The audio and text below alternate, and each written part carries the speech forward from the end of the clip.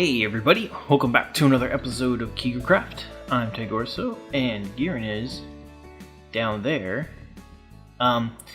Today, we've got a few cool things to show you. Some things around here have changed. We had our live stream on Sunday, and I was actually very productive. I got a lot of stuff done. So I'm going to give you guys, for those of you who weren't able to make it, I'm going to give you guys a quick tour around of what's going on. Hey, buddy. This is different. This is now getting dug out by Gearin. But he said that there was something in here. And there's a painting. I'm wondering... What the? Oh my god. No, you won't. There's no freedom to be had. You're just leaving the safety of... This is not a prison. Get out! This is... This is not a prison. That Gearin. But this is his new place. Well, it's not his new place. This is his little project. He's building some pretty cool stuff. He's gonna have a little bar down here, which is sort of to go along with what I'm gonna be building upstairs, which I'll show you guys in a minute. But this is the bar area. He's building it right now, and this is the manager, a little chicken. He was born down here, and Gearin trained him. And now he's all grown up and he's ready to take the responsibility. So, there's multiple levels. It's actually kind of cool. There's this big area down here. Apparently most of this was gravel. So it was gigantic space of nothing but gravel. So, he's working on that. He'll be down there. And then we've got this over here. This was previously a pool that I filled in. Everywhere you see dirt is where there used to be water or so. And there's another pool up here.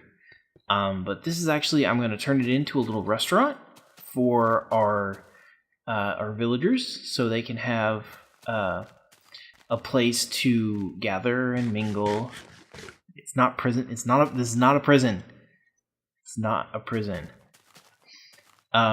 This is a restaurant. They are going to be served the best food. And there's going to be like a kitchen and all sorts of like little tables, and it's going to be awesome. Final meals, oh my gosh.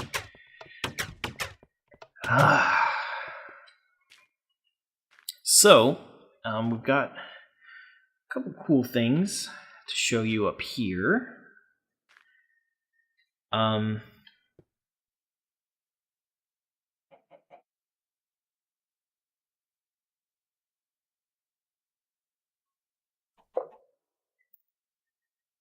I was working on the library reading area, and I pretty much finished this. It's got wood flooring, it's got some chairs, and it's got some tables to put your stuff on. It's got plenty of lighting. It's looking pretty good. So you can come up to the library very easily, and you can have a beautiful view of the front side lake. You can grab any kind of book you want.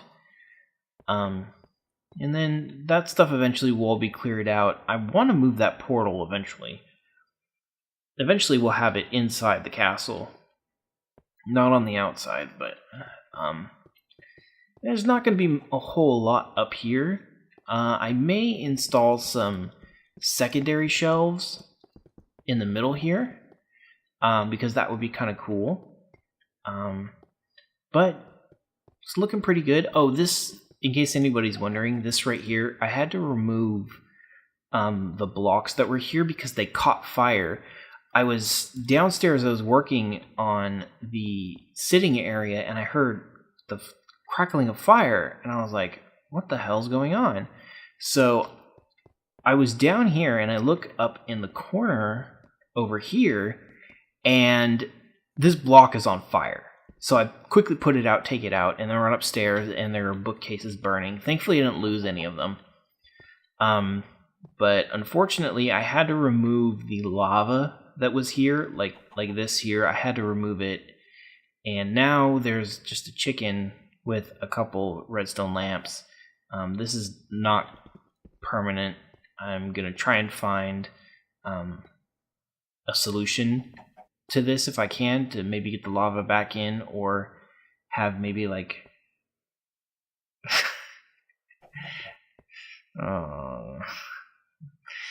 maybe have like some sort of like rotating like clock or something here. I don't know. We'll see. And then, oops, this needs to be filled in. I don't have the blocks with me. There it was some work done in the sort of the living quarters. I went up there and I put a whole bunch of water that falls down over the windows here. I smoothed out the floor so it's not hodgepodgey anymore. I expanded this glass wall. This glass window used to come to like right here, but I expanded it out so now it encompasses almost the entire wall. And then we've got the pool and everything like that, which also has been sort of finished. I still got a couple things. Oh, I extended out the cave, or not the cave, the battlements to this area as well. So that'll be an easy way to get around. I added a new window here and here as well. I'm not sure what I'm going to do about this side for water or anything like that. Because there's, see, this, I accidentally placed that one and it's just flowing all over the place. So I'm going to have to work on that a little bit, but it's looking really nice. I really like it. It gives a really cool look when the water is all running down off of the everything. And once I work on it a little bit more, it'll be a little bit cleaner. But, oops, that is some of the stuff I changed. I don't think I really did very much up here. Just sort of a little tidying up, not too much going on. There was another pool thing over there, and I cleared that out, but I don't remember if I did that last time or not. Don't remember if I showed you guys. But yeah, lots of really good progress in the live stream. I really like how the library came out. I consider the library done now. There's not going to be any more work done on it. The reading room is done. I may adjust the walls in here a little bit, but as far as the library goes, this is done. Maybe that center bookcase thing, but other than that, not very much going on. But yeah, I'm very happy with it. Very happy with it. Okay, so that's pretty much all I did. We did work on the lab a little bit. The lab now has a few potions available. I think we can do strength, fire resist, health, and regen. And then everything here is available, I believe. But I haven't done that secret thing that I was telling you guys about yet. So you guys are going to have to wait, because I'm not ready to do it yet. Alright, so I am running low on some stuff. So I'm going to need to do a little bit of caving today. So we're going to take a quick break. I'm going to go try and find a cave. But first, I've got a couple things that I'm going to put up on the board. A couple suggestions from people. Had some signs here. I think I put them away. Here we go. I kept one of them, I guess. Get rid of this. Everything is so full. Not a free spot anywhere. There we go. Alright. So, put it here. I liked this one.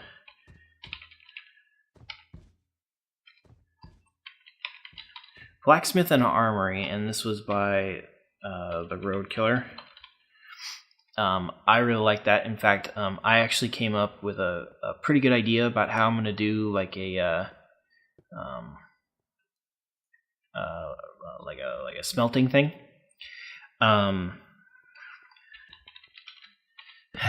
This was suggested by Mr. Face.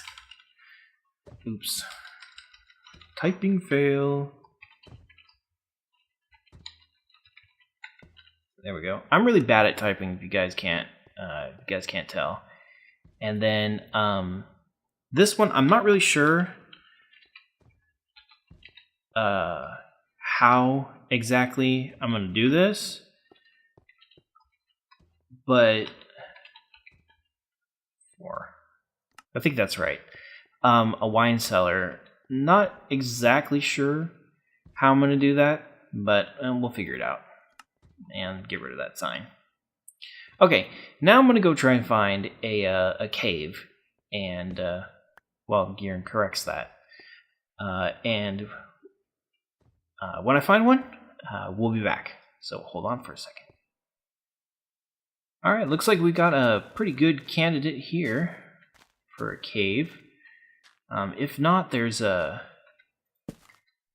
another cave nearby that should prove to be something a little bit better than this one, if this one turns out to be nothing. So I find that that is a big problem in this area. For whatever reason, there are no good caves around here. I don't know what it is, but every time we've gone caving, it's always been kind of a disappointment. So I'm hoping that I can get something good out of this run, because I'm getting low on diamonds, I'm getting low on all sorts of stuff. I've got a full stack of iron blocks, so I don't necessarily need iron. I'm good on coal, but it's mostly diamonds. That's definitely going to be what I really hope to find, because it's, making tools all the time, because I've just been getting just the worst enchants. My enchanting luck lately has just been absolutely terrible. I enchanted something the other day and I got like efficiency 4, and that was it, and I was like, oh, terrible. So going caving is always a fun sort of adventure. Spawner would be nice too. I went into that, I think it was not last week's, but the week before, live stream. I went into mine shaft and I found a bunch of spawners, but I don't think there was any particularly nice ones. And I went back to find a couple of them, and I couldn't find them. I don't know what the heck happened to them.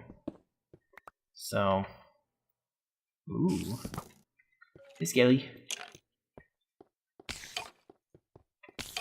Oh, that's right. I don't have I do have Bane of Arthropods, but I don't have Smite anymore. No. What? Okay, I didn't know that there was one right next to me, but whatever. And see, this is why caving is interesting, because things just randomly blow up beside me. Whoa! Get out of here. But another reason to go caving is for experience. I don't particularly like spending time at the spawners so much, as I prefer now to do my level from caving, because it seems to be a lot faster and it's doubly beneficial. I get not only just experience, but I also get ores and things like that, which in turn give me more experience, but also things that I can use later. So that's always nice. That's one of the things. That's one of the changes from 1.3 that I actually like quite a bit, is the fact that you can get experience from mining. So, I mean, this is Minecraft. I like that you can. I'm not going to worry about that coal up there. It's too much of a pain in the butt to get. I like that you can get experience from mining, and I also like that you can get experience from spawners and things like that too. But I think that them lowering the top level enchants down to 30 it kind of made the game a little bit easier, and I'm all for making the game harder. When I first started out, it was very scary. Playing Minecraft was a very scary experience. The whole things in the dark. It really, I was like cowering, in my base at night because I was afraid to go out there. But now I just kind of run around fearlessly, and any additional challenge is more than welcome. Like, a lot of you guys who have been with us for a while know that when we first started recording, I was deathly afraid of creepers, but now not so much. Even after 1.3 buffed their damage, I'm not really afraid of creepers so much anymore. Not nearly as much as I am lava. Lava is something else entirely. So one of the things that a lot of people ask us is, when we're going to do the Endermen Farm, and from what we've heard, they're going to be increasing the difficulty of Minecraft in the 1.4 patch. And you guys have probably heard me talk about this. It hasn't been confirmed, but I'm not really sure that we want to go through the effort of building the Endermen Farm, because it takes a lot of materials. It's not cheap in time or materials. So if we're going to take that time, we're going to want to make sure that we get maximum benefit from it. If, in 1.4, all of a sudden, it's useless, then we would have wasted our time and our materials. So, that was ambushy.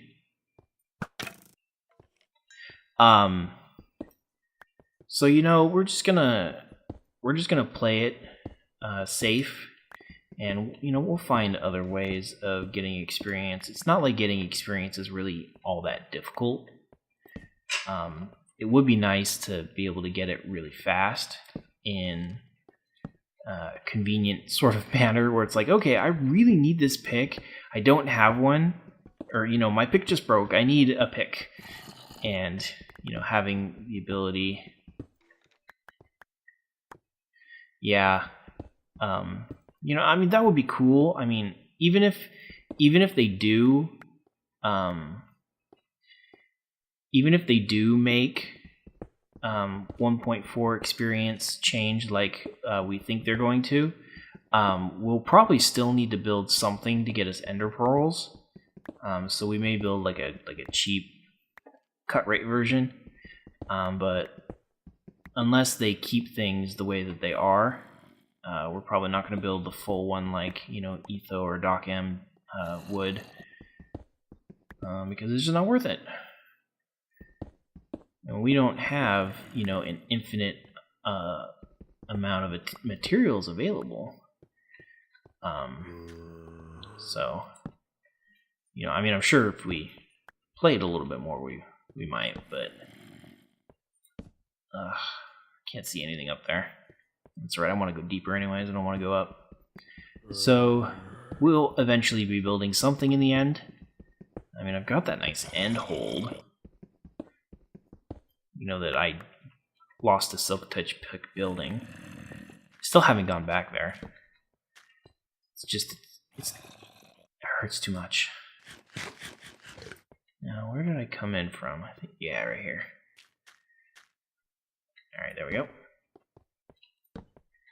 So, you know, that's pretty much where the Ender Farm stands. It's on hold until more is confirmed about what 1.4 is going to look like. Hey, Creeper.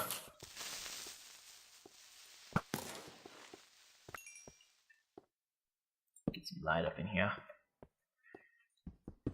Running low on torches, so I'm gonna grab a couple things of coal. And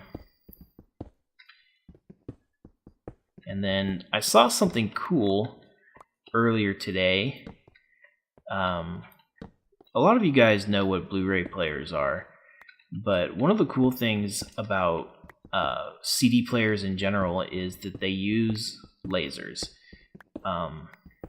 to read the data. And it's actually, some people don't realize that when you say that CDs and DVDs use lasers, like they mean like actual like lasers. But Blu-ray players use a specific sort of laser diode that can be beefed up pretty bad.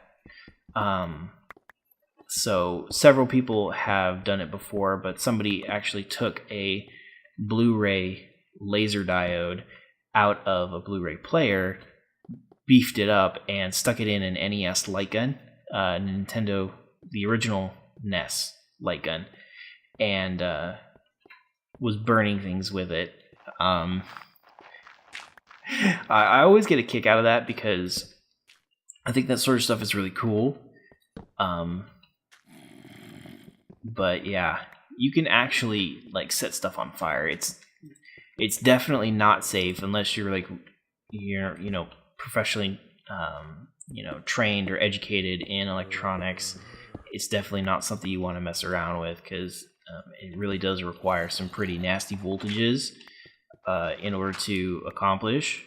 But it's pretty cool having a very visible laser beam shoot out of a NES light gun and set things on fire is just something you don't see every day, and it's a complete novelty. But I just think it's so cool because I went to school for electronics, so I did that sort of stuff. Probably one of the coolest things that we had in the place was a Tesla coil. We never were able to get it running because some people in the previous year blew up the capacitor that charges it. And yeah, this is just gravel. See, look at all this gravel. It's freaking gravel everywhere. And it was just that one capacitor. It's probably about good 4 inches long, about 1.5 inches in diameter round. And it was about $45 for just that one capacitor. So naturally, our teacher's budget didn't really have room for that sort of expensive component, so we never got a replacement for it, which is kind of a bummer. But whatever, it is what it is. So we never got to fire the thing, but it definitely was. There's nothing up here. It definitely was something really fun to sort of tinker around with. Because it's actually not as complicated to build as people may think. Once you understand the fundamentals of electronics, just like a whole world opens up to you. Okay, I think this is the way I came up. Where's my dirt? So if you guys have any interest in electronics at all, electronics class, when you guys get to college is definitely going to be something that will benefit you greatly. Now, I may be biased, but I thought it was pretty fun. So, you can take my word for what it is. So, But another thing that I picked up in college that actually somebody, I can't remember for the life of me. I think it was just somebody Gearin was talking to on Michael's fan server, but they were learning German. And, if I can recommend one thing that people do while in high school, and that's to take a foreign language. Take any foreign language. It doesn't matter what it is. You can take French, you can take Spanish. It will absolutely be one of the best decisions that you've made in your life. Even if you don't stick with the language, at least attempting to do it is a big plus in your life column. I took German when I was in high school, and I really learned a lot of things about how people learn and how integral language is to a people. That it really kind of opens your eyes to the world, and that's one of the things that I love. Okay, we're gonna have to go on out here, try and find that other cave, because I think there's not really anything going on back there. But it's just, language is an amazing thing, and if you can take a language course for something that you're interested in, it'll help you all the more. So if you like German music or something like that, and you want to go to Germany, take German. But if you just want to just take the language, because a lot of high schools do offer language courses, though not as early as I really think that they should. It's definitely something that you should take advantage of. There we go. Some more. Me personally, I didn't really stick with German all that much, but when I got to college, I got the option of learning the language that I originally wanted to learn in high school, which was Japanese. And I haven't been keeping up with it, but I've been trying to change that lately. I've been studying more, I've been trying to learn, and it really is a very, I don't want to say this, it's a very eye-opening experience learning another language, especially a language that has a completely different culture like Japanese. Even things like German, I still learned a lot of things about German that were surprising to me. Ooh, that's lava. Don't want to mess with that. Japanese, it's like it opens up your mind to a whole different way of thinking. You have to think in a completely different way because Japanese is so different. German, on the other hand, is nice because it's something that, once it clicks, you can pick it up fairly quickly, because a lot of the grammar is the same, a lot of the structure of the language is the same, because German and English share the same tree. They're both technically Germanic languages. So even though they don't sound anything similar, they are similar in a few ways. Is this like a mini ravine? Or is it like an actual ravine? Looks like it's an actual ravine. Oh, that's cool. So I personally am trying to learn more Japanese because Gearin knows a lot more than I do, And the other day he was watching some stuff and it was really funny, and I was sort of like, well, I don't get it. But he was like, I hardly ever see him laugh, like really like laugh, like can't breathe, turning red sort of laughter. But that's what he was doing because apparently it was that funny. So that sort of galvanized me. I was like, okay, I got to get back into this. I got to, I got to start learning again because, I really want to learn. It's just learning a language can be very time consuming. It can also be very discouraging because you don't have access to native speakers. And, that's one of the things that, really bothers me when people make fun of a foreign person who's trying to learn English. I don't think they understand the sort of time and effort that person has put in to be to the point where they could, on a very basic level, communicate with English speakers. So that in and of itself is very commendable. So I always try and help, people as much as they can, because one of the things that language has taught me is that English is hard. Like it's easy for you and me because we've been speaking it our entire lives. We grew up with it. But English is stupid hard. Like, there's tons of things that don't make sense. There's tons of irregularities. And a lot of other languages don't have that sort of stuff. So it makes it easy to learn.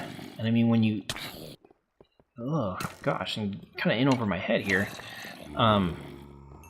Excuse me. When you start learning languages, you realize that, English is... Damn. But when you get to that point, when you realize that English isn't easy, just swinging away, wasting my sword, it's kind of like, okay, well, if... Cheaty gravel. Is there like a spawner around here? What's going on?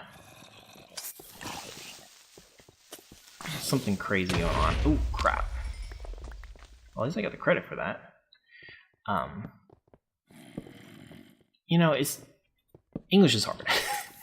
If you can do English, you can do something else. People usually say that, oh, Japanese looks so complicated because it's got a different sort of writing system, but really, Japanese in some ways is easier than English, because it's regular. Personally, it's taken me a long time to sort of get down a lot of stuff, and I'm working on it all the time, but there are very few irregularities, whereas you look at basic words in English and you go, okay, well, you look at the verb eat, okay, I can eat an apple. And don't let this be a language, but what is the past tense of eat? Well, it's ate. It's a completely different word. Its spelling is completely different. So it's quite irregular, and that's a word that you use regularly. We're always talking about eating because it's something we have to do on a daily basis. But yet, the words that we have to describe how we eat and the act of eating are irregular. So that's definitely something that it changes your perspective on quite a few different things when you know that English is actually pretty hard. So I suggest to those of you who are in high school and haven't chosen to take a language yet to take a language, or if you're going to take a language, good on you, but really, really try and really get into it, because it can actually be extremely beneficial to you in the future to have another language, because that may give you, okay, whatever, creeper, that may give you an edge in a job, or, you know, even if you're not going to be doing a job that requires you to speak another language, having that language may give you an edge over somebody who has the exact same qualifications as you. So, you know, I definitely recommend that you guys take a language. And like I said, it'll probably be the best decision you ever make. You may not realize it for a long time, but I would hope that eventually it would work out in your favor. Alright, we're almost out of torches here. Let's just run up this path, see what we can find. Got an Enderman. Not a whole lot of great stuff, but... oh, darn. I'm stuck in a hole. Well, I could probably get out of here, but this episode's running a bit long, so I'm going to finish this node. So I want to thank you guys for joining us for another episode of KigerCraft. Hope you enjoyed my little rambliness. Always seems to be a rambly episode on Mondays after a live stream. You ever notice that? Alright. Well, thanks again for joining us. Mr. Enderman says that we will see you next time. Take care.